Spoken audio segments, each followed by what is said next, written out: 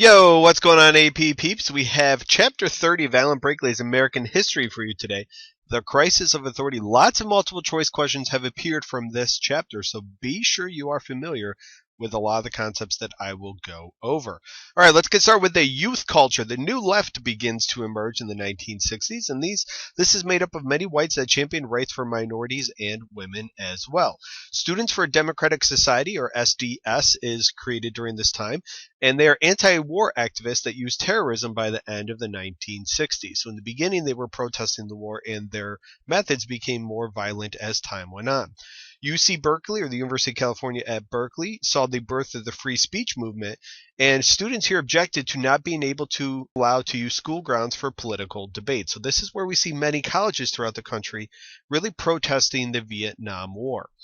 Counterculture, when you think of counterculture, you should think of hippies, and these individuals focus on sexual revolution, music, and drugs. And an example of counterculture is the Woodstock music concert from 1969. This is held in New York, and over 400,000 individuals attended. All right, let's talk about Native Americans in the 1960s. Post-World War II, the United States goes back to focusing on assimilating Native Americans, which was similar to the goals of the Dawes Act.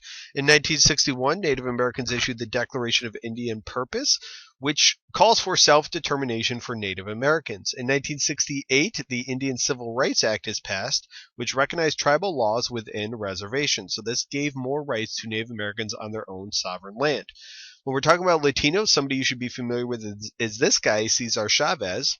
And he was the leader of the United Farm Workers, which was a union of farm workers, and they demanded higher wages.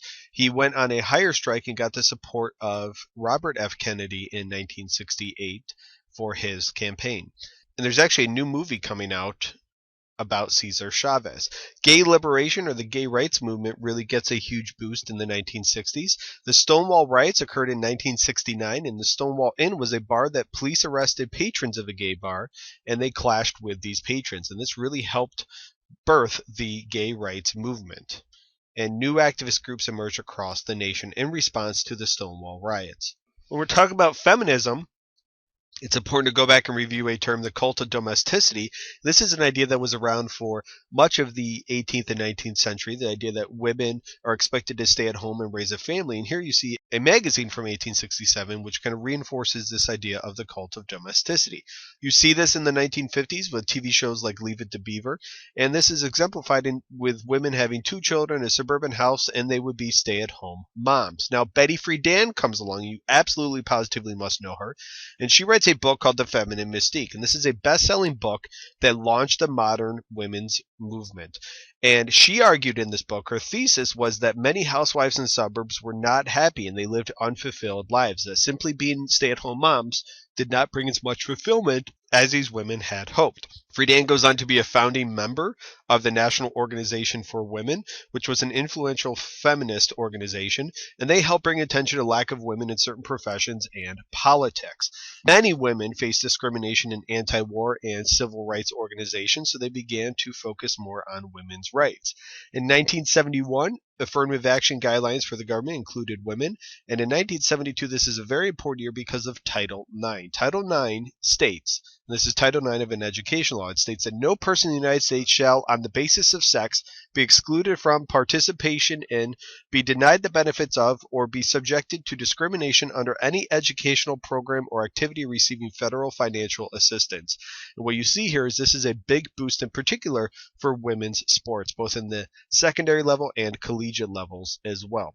The Equal Rights Amendment is passed by Congress in 1962, which outlawed discrimination based on sex, but this is never ratified, and we'll talk about that more later. Silent Spring is written by this woman, Rachel-Carson, another book that you should be familiar with, and her book exposed the impact of incesticides on the environment. This really helped start the environmental movement in the 1960s. In 1970, on April 22nd, we had the first Earth Day, and the Environmental Protection Agency was created under President Richard Nixon, and the EPA is still around today. We also have the Clean Air Act, which helped regulate pollution in the air, and the Clean Water Act of 1972, again under President Richard Nixon, was passed, which helped regulate pollution in water. All right, Nixon, Kissinger, and the war. We're going to talk about Vietnamization. This is the idea that the U.S. would gradually withdraw U.S. troops from Vietnam. And this is the transitioning the military burden to the South Vietnamese. So U.S. troops are coming home, and in place of them would be South Vietnamese trained troops. And this would be done by using weapons, training, and advice to the South Vietnamese. In April of 1970, Nixon ordered that the U.S. would begin attacking Cambodia, a neighboring neutral country. And they did so because Cambodia was believed to be providing weapons and using trails for the shipment of weapons by the North Vietnamese. It's important to know that the Cambodia bombings led directly to the Kent State protests, and these were student protests at Kent State University in Ohio, which 4 students died and many more were injured. And here's actually a location of one of those 4 students that died. You can see this there today. The Cambodia bombings made many Americans question the government and what the role is in Vietnam, and really this is another turning point in the Vietnam War in which people were protesting wanting the U.S. to end the war. As a result of this, the Senate repealed the Gulf of Tonkin resolution, and in 1971, these Pentagon papers were leaked, which were official U.S. documents that revealed mistakes and deception of JFK and LBJ regarding Vietnam. In 1968, we have the My Lai massacre, in which Vietnamese women and children and men were killed. Innocent civilians were killed by members of the U.S. military. On February 21st, 1972, holy cow, know this, not just because it's my birthday 10 years later, but Nixon visits China, and you can see him here shaking hands with Mao. And this leads to an improvement in relations between China and the U.S. And Nixon did this for a couple reasons. One, he wanted China to have their markets open to the United States for money. And 2, he wanted to put pressure on the Soviet Union. And this helps lead to this idea called détente. And détente is easing of Cold War tensions between the United States and the Soviet Union. An example of this is the anti-ballistic missile treaty and SALT, or strategic arms limitation talks, which actually turns into a treaty. And this will limit the number of long-range nuclear weapons that both sides could have. The Nixon doctrine, you wouldn't be a president in the second half of the 20th century if you didn't have a doctrine, and Nixon issued the Nixon Doctrine, which stated that the U.S. would honor current commitments, but in the future, Asian countries would defend themselves without American troops. So if there are future instances of communism spreading in Vietnam, the U.S. would help out by providing money, but not by providing troops.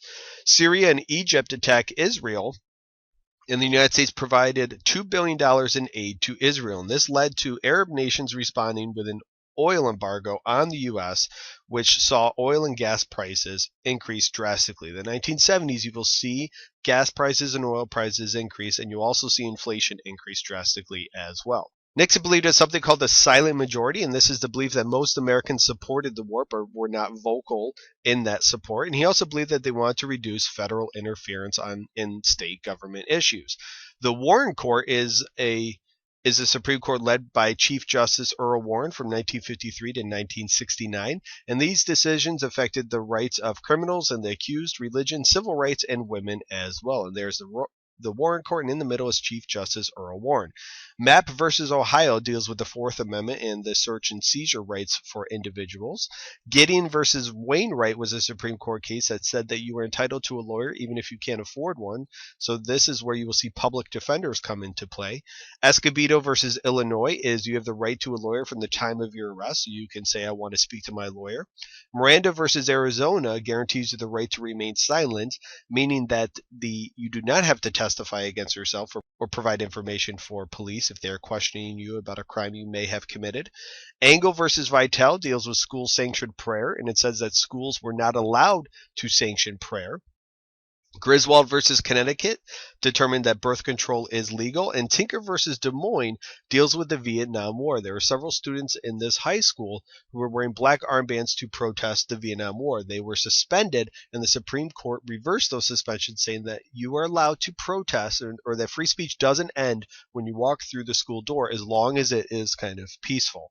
Nixon was upset with the court's decision, so he appointed judges he felt would strictly interpret the Constitution. So he appoints Warren Burger as the new Chief Justice. And in 1973, one of the most important court cases in United States history, Roe versus Wade, abortion is legalized. And Bakke versus the Board of Regents stated that giving preferential treatment based solely on race was not allowed for admissions in college. However, it could be used as one of several factors in admitting students. In 1972, we have the reelection of Richard Nixon. George McGovern is a Democrat, and he promised to end the war in 90 days, and Nixon campaigns on victory is close at hand. Nixon ends up winning in a landslide. You can see it here. He absolutely destroys McGovern. On January 23, 1973, there was a ceasefire in Vietnam, and Nixon claimed he achieved peace with honor. However, there was an economic downturn in the 1970s, and some reasons include the high cost of the Vietnam War, rising oil prices in part from those embargoes, inflation, and also high funding from the Great Society under LBJ. Stagflation is inflation plus economic downturn or unemployment. It's a really bad combination, and much of the 1970s was plagued by stagflation. The War Powers Act in 1973 was passed over Nixon's veto, and this essentially overturned the Gulf of Tonkin resolution, and this limited the powers of the president in his involvement in wars. And he must inform Congress within 48 hours of taking war action. So this is kind of a reversal again of that Gulf of Tonkin, which provided lots of presidential powers during wartime. All right, can't talk about Nixon without talking about Watergate. On June 17th, 1972, before the election, 5 men broke into the Democratic headquarters in Watergate, this building right down here, which is a hotel, condo, and business complex. And these members were found to play a role in CREEP, which is the Committee to Re-elect the President. During the same time, Nixon's Vice President Spiro Agnew had to resign over taking bribes while he was governor of Maryland and vice president, and this led to the appointment of Gerald Ford as president. And it's discovered that Nixon secretly recorded most Oval Office conversations that he had in the Oval Office. And a lot of focus is going to be on these tapes and what did Nixon know about the Watergate crisis. Well, there's a Saturday night massacre in which Nixon fired a special prosecutor, his attorney general, and the deputy attorney general as well because he was upset with their investigation. And Nixon claimed the right of executive privilege in dealing with these tapes, saying that he is the president and he is kind of above the law and didn't need to turn these tapes over. And the Supreme Court stated that he could not withhold evidence of these tapes.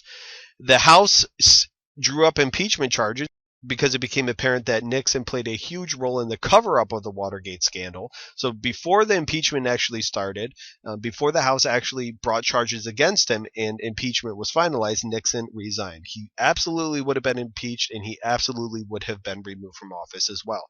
And the U.S. versus Richard Nixon is that court case that stated that Nixon must turn over the tapes and he did not have executive privilege. All right, let's do a quick recap of this chapter. Stonewall riots are associated with the gay liberation movement. Détente is easing of Cold War tensions between the Soviet Union and the United States, and this is seen in SALT, or the Strategic Arms Limitation Treaty. The War Powers Act essentially overturns the Gulf of Tonkin resolution, and absolutely positively note that the Cambodia bombings led to the Kent State protests. The Warren Court increased rights for criminals and accused and women, and Rachel Carson and Silent Spring definitely know that it was all about the environment and helped inspire the environmental movement. Betty Friedan and the Feminine Mystique challenged the cult of domesticity and stated that many women were living unfulfilled lives. The Stonewall riots, again, I don't know why it's up there, but hey, why not? Let's talk about the Stonewall riots again. This is a gay liberation movement. Watergate leads to the downfall of Nixon due to his cover-up. All right, thank you guys very much for watching. I hope I was able to clarify lots of things from Chapter 30 for you. If you have not already, please subscribe to my channel. If you found this video helpful, please hit the like button, and please be sure to check out all my other videos as well. I do have 2 end-of-the-year reviews that I just posted. The link for those will be in the description below, so please check those out as you are quickly approaching your exam. And if you have any questions or comments, let me know. Best of luck to you. Thank you very much for watching, and have a good day.